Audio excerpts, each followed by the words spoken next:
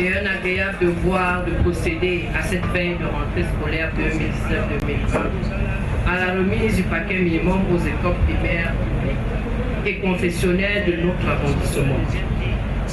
Et je voudrais tout d'abord m'acquitter ici d'un devoir, celui de souhaiter à vous tous ici présents une chaleureuse bienvenue à l'esplanade de ville de Douala-Bessé. C'est dans cette optique que les compétences et les ressources en matière d'éducation de base ont été transférées aux collectivités territoriales décentralisées par décret numéro 2010-024-2247 du 26 février 2010, car celles-ci sont beaucoup plus proches des populations et sont par conséquent susceptibles de mieux maîtriser les procédures liées à l'éducation de base et d'apporter des solutions idoines.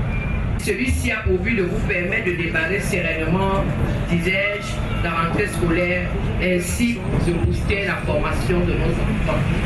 Il est bien vrai que beaucoup reste à faire dans le cadre des infrastructures scolaires, à savoir la réhabilitation de certaines salles de classe. Et comme vous le savez, les moyens étant limités, nous procédons par étapes. Et il y a des écoles qui sont plus délabrées comme d'autres. Vous conviendrez avec moi.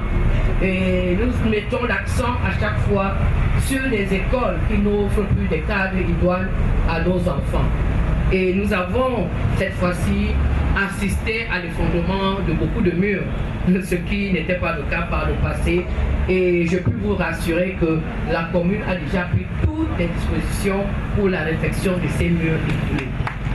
28 août 2018, 28 août 2019. Une année est passée. Mais c'est comme si c'était hier. Nous étions réunis ici même, à l'esplanade de cette illustre mairie, pour la même cause, à savoir la remise du paquet minimum au directeur d'école primaire publique et confessionnelle de l'arrondissement de Douala-2e.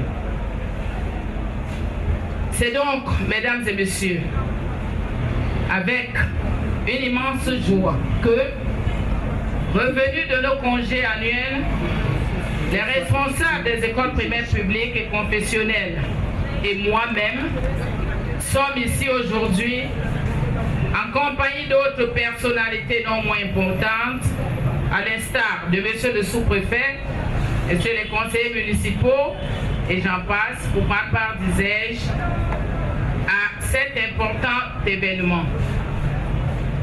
Permettez-moi, monsieur le sous-préfet, mesdames et messieurs, de remercier Maître Fanfou Denise, maire de la commune d'arrondissement de Douala-2e, pour son inlassable détermination à œuvrer toujours dans l'éducation et la formation des jeunes.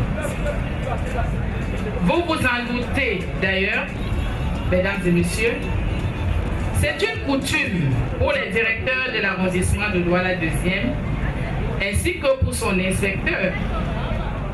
Ces personnes qui ont un énorme plaisir à réciter les prouesses de Madame le maire dans le cadre de l'accompagnement des enseignants ainsi que des apprenants dans leur lourde mission.